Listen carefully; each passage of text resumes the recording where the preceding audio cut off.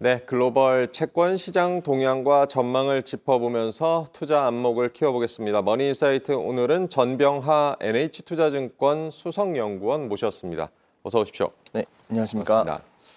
1분기 이제 해외 채권 시장부터 리뷰를 좀 해보겠는데요. 미국 국채 금리의 경우 변동성이 꽤 컸는데 미국을 제외한 선진국 채권 시장 수익률은 어떻게 보고 계십니까?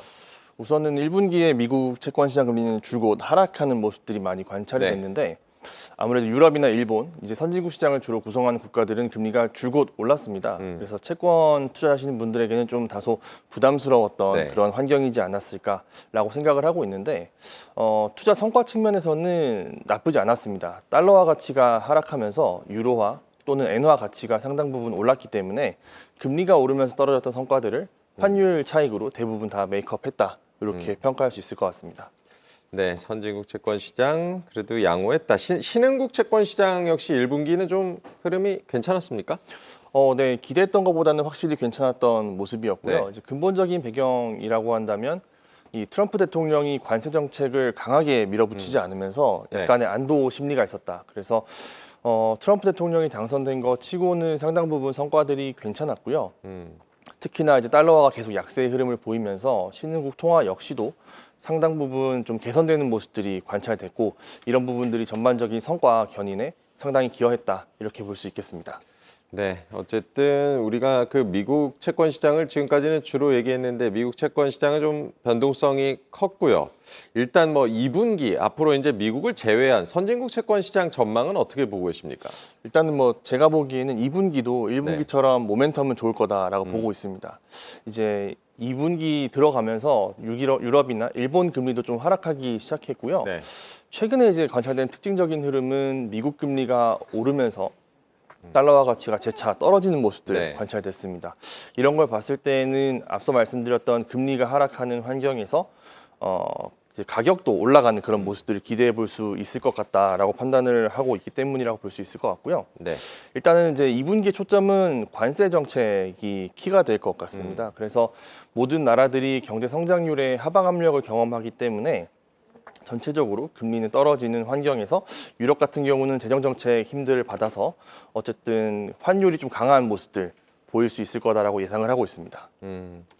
어쨌든 지금 뭐 유럽 채권에 대해서도 사람들이 이제 투자자분들이 관심이 많아지고 계시는데 아직 이제 미국과 EU의 관세 협상 같은 경우는 본격화되지 않은 상황이고 라가르드 총재 얘기도 뭐 전하셨지만 EU 역시 이제 관세에 따른 성장률 하락 뭐 이런 경기 우려를 하지 않을 수 없는데 관세에 따른 이 채권 시장 영향을 어떻게 보십니까? 아무래도 이 관세 부과가 이루어지게 되면 성장률 하방 압력은 어쩔 수 없는 네. 부분인 것 같습니다. 그래서 라가르드 총재도 얘기를 했던 부분들은 이제 미국이 단독으로 관세를 부과했을 때 유로존 전체 경제에 한 0.3%포인트 정도의 하방 압력이 생기고 여기에 대해서 이제 관세로 맞대응을 한다라고 하면 0.5%포인트까지 성장률이 떨어질 수 있다라고 얘기를 했는데 네. 올해 지금 ECB의 전망을 보면 그런 관세 정책 영향을 제외하고 0.9 정도 얘기를 하고 있습니다. 네. 그러면 맞대응까지 해서 서로 치열하게 싸운다면 올해 이제 0.5% 이하의 아주 낮은 성장률을 기록을 할 수밖에 없기 때문에 채권 시장에서는 그러면 이러한 흐름들을 놓고 봤을 때에는 경기가 나쁠 수밖에 없다. 그래서 시장 금리는 하락하는 압력이 굉장히 강한 흐름이 2분기에 예상이 될 수 있을 것 같다라고 판단을 하고 있습니다. 경기에 대한 우려도 있다. 어쨌든 이렇게 경기 우려가 있으면 ECB의 이제 금리나 시나리오에 대해서도 좀 살펴보게 되는데요. 성장률 하락 우려도 있고 이번 주 이제 ECB의 금리 결정이 있는 것으로 알고 있는데 지금 ECB의 네. 금리 결정을 어떻게 전망하십니까? 보통 시장에서는 관세 정책이 나오기 전까지만 하더라도 금리 인하가 이번 4월 회의는 없을 거다. 이런 게 관측이 좀 우세했는데 네. 아무래도 관세 정책이 본격적으로 나왔고 다소 유예됐다라고는 하지만 네. 대비할 수밖에 없다라는 인식이 높아지면서 금리 인하 쪽으로 이제 시선이 쏠리고 있습니다. 그래서 저희 하우스에서는 줄곧 이제 4월과 6월 회의에서 금리 인하가 추세적으로 이어진 다음에 나머지 올해 기간들 동안에는 시장금리나 기준금리나 대부분 동결되는 그런 흐름을 예상을 하고 있고요. 다만 시장에서는 지금의 추세가 더 이어져서 관세 협상이 잘 안 된다는 것까지 반영을 해서 추가적인 금리 인하도 가능하다라는 시각들로 많이 보고 있다라고 판단할 수 있겠습니다. ECB 역시 금리 인하, 연내 금리 인하 기대가 커져 있는 상황이다. 지난 3월에 독일 확장 재정이 발표가 되면서 독일 국채 금리가 이제 큰 폭으로 상승하기도 했었는데요. 독일 같은 경우는 오랜 이제 긴축에서 확장으로 지금 정책 전환기를 좀 맞고 있고 이런 영향이 2분기에도 좀 지속이 된다고 보십니까? 시장에서는 그런 기대를 1분기 말에 많이 했습니다. 그런데 실제로는 그렇지 않을 거다라고 생각을 하고 있고요. 이제 재정 정책의 효과만 놓고 봤을 때는 제가 봤을 때 이거는 게임 체인저의 역할을 할 거다라고 보지만 이미 시장이 그보다 훨씬 더 앞당겨서 선반영한 부분들이 있기 때문에 네. 2분기에는 시차라는 부분들에 주목을 더 할 것 같습니다. 그래서 아마 2분기 국채 발행 계획이 독일에서는 유지가 됐는데요. 그건 어떤 의미냐라고 한다면 실제로 재정 정책이 집행될 수 있는 시기는 올해 3분기 이후일 거다라고 볼 수가 있겠고 네. 실제로 3분기 이후에 정책이 집행이 되게 된다면 그 효과를 관측할 수 있는 시기는 사실상 내년도 초반 상반기가 될 거기 때문에 이제 올해 상반기 중에 경기 부양 압력이 시장에서 기대했던 것보다는 훨씬 더 못 미칠 거다라고 저희는 생각을 하고 있고요. 네. 그래서 2분기에는 금리가 급등한 것과 같은 1분기에 보여줬던 그런 흐름들이 반복되지는 않을 거다라고 판단을 하고 있습니다. 네, 독일의 재정정책 실제 집행은 3분기 이후가 될 것이다라고 짚어주셨고요. 유로존의 재무장 계획도 지금 있습니다. 만약 관련해서 이제 유로존이 공동채권을 발행할 경우 채권 시장에는 어떤 영향이 있다고 봐야겠습니까? 아무래도 이제 트럼프 대통령이 주사위를 던졌죠. 네. 나토가 스스로 방위를 해라라고 얘기를 하면서 유럽 전체에서도 국방비 지출을 위해서 대부분의 이제 돈들을 조달하게 됐는데 네. 어느 한 특정 국가들이 조달하기보다는 모두 힘을 합쳐서 공동채권을 발행을 해야 된다라는 논의들이 진행이 되고 있습니다. 그래서 EU 측에서는 리암 유럽이라 그래서 재무장 계획을 이제 계획 단계를 발표를 했는데 여기에서 발행되는 채권이 대략 한 1,500억 유로 정도 되는 규모입니다. 네. 적지 않고요. 이런 채권들이 발행이 된다면 아무래도 선진국들 중에서 우량 등급 국가들에게 부담이 될 거다라 보고 있습니다. 아무래도 EU가 전체적으로 발행한 채권이다 보니까요. 신용 등급도 상당히 높게 평가가 되고 있고 다른 나라들은 그렇게 신용 등급이 높지가 않은데 독일과 같은 일부 선진국 같은 경우는 똑같이 트리플 A 등급을 받고 있기 때문에 채권 시장에서 경쟁을 할 수가 있습니다. 그래서 이런 부분들이 수급 쪽에서의 부담으로 작용할 가능성이 높다라고 저희는 판단을 하고 있습니다. 네, 어쨌든 유로존 같은 경우는 여러 나라로 구성이 돼 있고 2분기 이제 유로존 채권 시장에서 그래도 유망하게 보시는 곳은 어디를 꼽고 계십니까?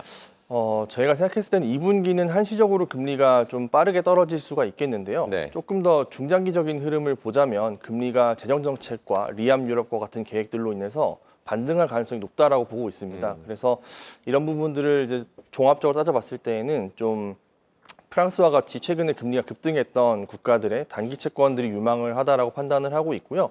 조금 더 나아가서는 유럽 은행들이 발행한 은행 채권 이런 부분들도 높은 일들을 보장을 해줄 수가 있기 때문에 이런 게 메리트로 작용할 수 있을 거다라고 판단을 하고 있습니다. 프랑스 채권이나 유럽은행 채권이 유망할 수가 있다. 일본 채권 시장 얘기도 잠깐 해보겠는데요. 일본의 경우에는 이제 다른 나라와 달리 금리 인상 쪽으로 가고 있고, 일본의 금리 인상 시기는 언제로 보시고 또 올해 몇 회나 인상할 거라고 보십니까? 이거는 이제 시나리오에 따라 좀 다를 수가 있는데요. 네. 제가 생각했을 때는 올해 일본의 금리 인상 시점은 7월경으로 보고 있습니다. 기존에는 올해 7월에 금리 인상을 한 이후에 내년도 1월에 추가 금리 인상을 통해서 기준금리를 1%로 설정한다라고 판단을 하고 있는데요. 여기에서 이제 변수로 작용하고 있는 게 트럼프 대통령이 일본에 대해서도 이제 상당히 높은 수준의 관세를 적용시켰기 때문에 이런 영향을 봤을 때에는 일단은 7월까지는 디폴트로 금리를 인상한다라고 생각을 하고 있고요. 네. 내년 1월도 금리 인상에 대해서는 다소 보수적으로 봐야 되지 않을까라고 생각을 하는데 아마도 엔화 환율이 가장 중요한 키 판단 트리거가 될 거라고 생각을 하고 있습니다. 엔화 환율이 중요한 키포인트다. 일본 채권에 관심을 갖고 계신 분들은 어떤 전략이 지금 필요하다고 보십니까? 제가 생각했을 때는 일본에는 장기 채권 쪽이 유리할 것 같고요. 사실 몇 년 전부터 국내 투자자분들이 일본 쪽에 ETF를 통해서 미국 30년 국채 투자를 많이 하셨던 네. 걸로 알고 있는데요. 이런 부분들을 이제 일본 로컬 쪽 채권, 장기 채권에 투자하는 게 어떨까라고 생각을 하고 있고요. 근본적인 배경으로는 일단 엔화가 조금은 더 강세를 갈 수 있다라는 점, 그리고 현재 금리는 상당히 높은 수준이기 때문에 금리 하락에 따른 자본 차익이 나타날 수 있기 때문이다라고 보시면 좋을 것 같습니다. 네, 마지막으로 이제 선진국 외에 이제 신흥국 채권 시장 2분기 전망 어떻게 보시는지도 전해 주실까요? 신흥국은 2분기 상당히 좀 어려울 것 같습니다. 결국 트럼프 대통령이 이제 전체적인 관세들을 꺼냈기 때문에 앞으로의 수요 감소에 대한 우려들이 신흥국 시장에 어떤 이제 어둠으로 들이울 것 같다라고 판단을 하고 네. 있고요. 다소 보수적인 스탠스로 기다리면서 나중에 반등의 시기가 언제인지를 좀 모색하는 시간을 가져야 된다라고 판단을 하고 있습니다. 오늘 전병하 NH투자증권 수석연구원과 해외 채권 시장 동향 짚어봤습니다. 고맙습니다. 네, 감사합니다. 계속해서 다양한 경제 이슈를 알고 싶다면 구독과 좋아요, 알림 설정 부탁드립니다. AI 캐스터 권미정이었습니다.